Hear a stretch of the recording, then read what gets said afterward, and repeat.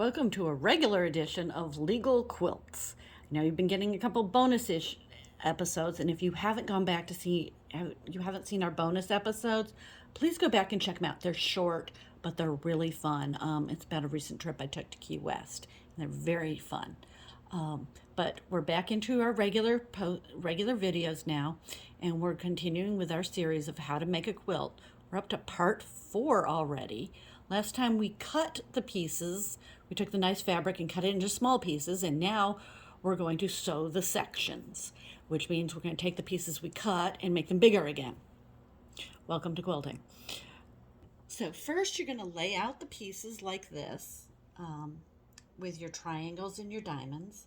And the good part about this is, the good part is there's no Y seams in this. None whatsoever. It's all straight sewing, and that's even though we're working with diamonds and triangles, you're still only going to have straight up Y seams. And something went wrong here. There we go. All right. The downside is you're working with diamonds and triangles, and so you're cut on the bias, so they're going to be stretchy. You don't want them to stretch out. That'll throw off your whole quilt, whole piecing and everything, which will then throw off your whole project. You can, if you want to avoid that, put a little starch on your piece, and that'll keep it from doing that. I didn't do that on these because they're kind of small enough that you can just be careful. If you're working with anything much larger, you really want to do that because the stretch can really cause a problem. So it's going to be very simple. You just flip these over and you very carefully put it under your presser foot. And you don't want to start right at the point. This is kind of why they wanted you to notch it, but I could never figure out the directions for lefties. Right-handed people, don't just say flip it over, because it doesn't really just flip over. And we don't just do the opposite for left-handed people. The same amount of directions you would give a right-handed person, you need to give a left-handed person. So you slowly push it through, making sure it doesn't get caught too much under your needle because you're dealing with stuff here. And again, you're just using your 1/4 inch seam allowance. You snip all your threads.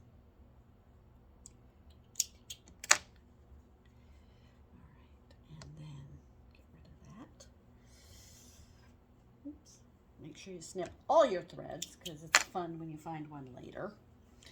And then you do the next piece. Again, you're being very careful you don't stretch anything out. Slide it under again. Now, one thing you always want to do when you're sewing pieces and you're getting the line going, or you're sewing rows together, always make sure your larger stuff is off to the side. It just makes it easier because then the weight is supported and it's not dragging away from the smaller piece. You just sew that, and I don't know why it's grabbing at the end there. It's been doing that all morning, all day. So you snip it. And then when you get to the end of the row, now your notched end always goes on the inside on this, and then you flip it over. And you sew your triangle on the end. Again, being careful to not get it caught under the presser foot. It's a little hard when you're dealing with points and trying to do a 1/4 inch, but you just want get it under there. There we go. There we go. It is just being difficult today. And so your 1/4 inch. I'm sure I caught that there. So you want to make sure you're lined up right, so it's a 1/4 inch on both sides. And you just flip it over and you just continue sewing the next row. If you forget what you're doing, you'll lay it out again. And you flip. So make sure you're flipping the right pieces.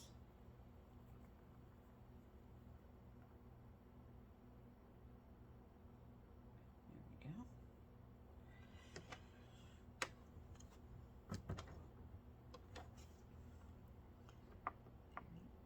Gently, and then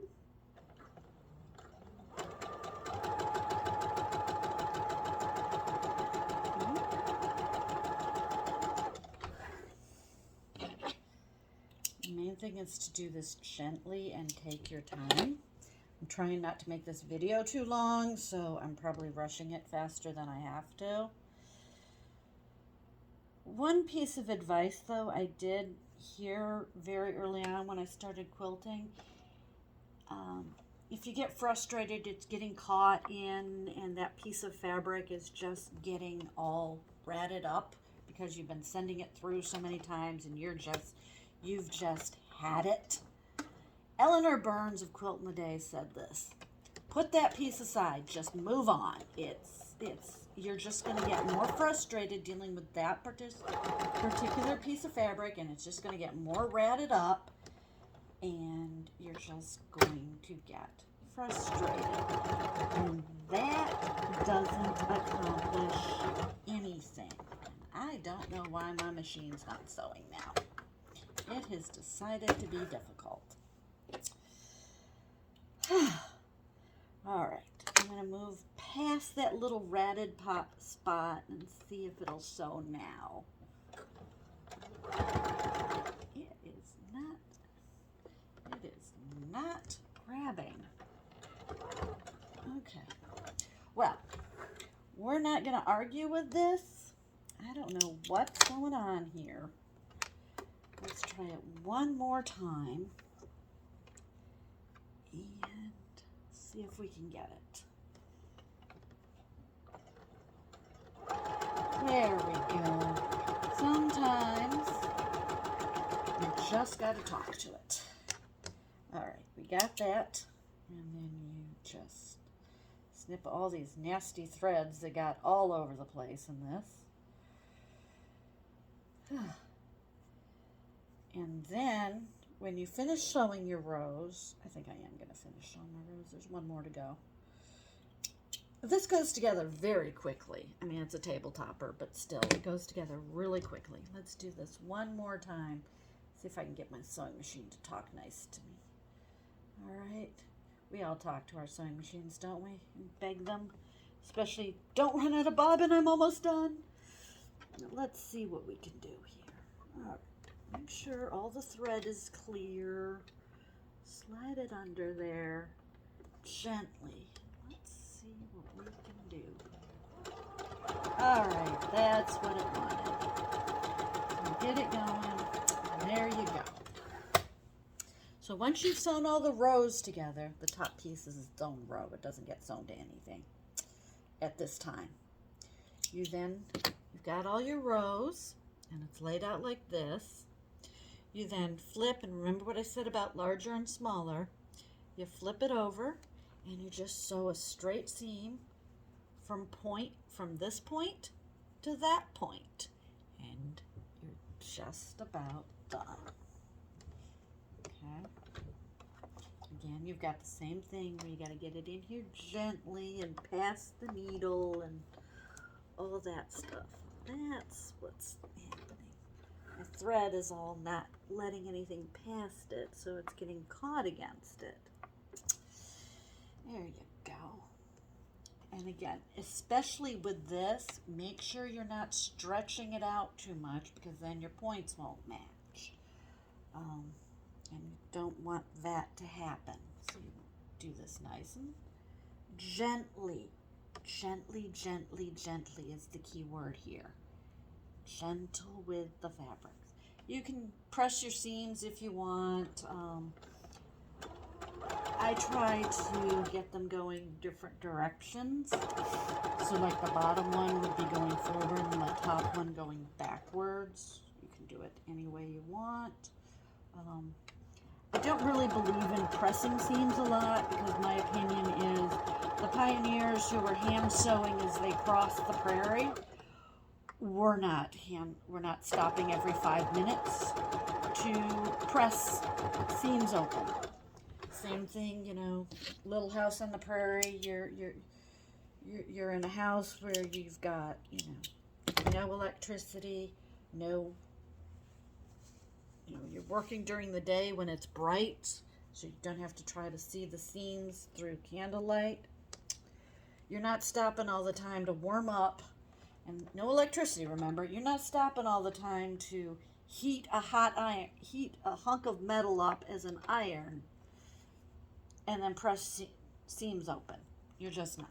So that's kind of my opinion. Now, obviously, if you're competing in a quilt show or something, you want to do that. But if you're just making something for family and friends, they're not going to know. It's the thought that counts, the love you put into it, not whether you took all the time to press all your seams properly. Now, remember that last triangle? That just goes right here at the top of the pyramid. The notch part always goes to the left on these. Okay?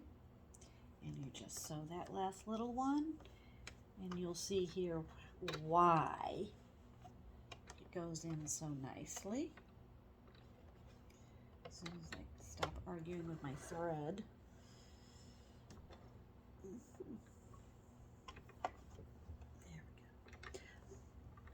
If you do leaders and enders, that's probably a good idea before working on something with points, because then the thread's already flowing and you just get your needle, you just get your piece in there and it goes. My problem with leaders and enders is I never remember to do them. I think they're a great idea, I just never remember to do them. So you finish it and you make sure all your threads are snipped and out of the way, and there you have finished a section. And then you just sew the necessary sections, and the next one we're going to be sewing the sections together. So that's today's legal quilt. Just want to remind you, items for sale at the Legal Quilts online web shop right there. I'm beginning to list more and more things, so please always check that out. And also, if you just want to, you don't want to buy anything, but you want to support my work, you can always buy me a coffee at ko-fi.com/legalquilts. Thanks, and see you next time.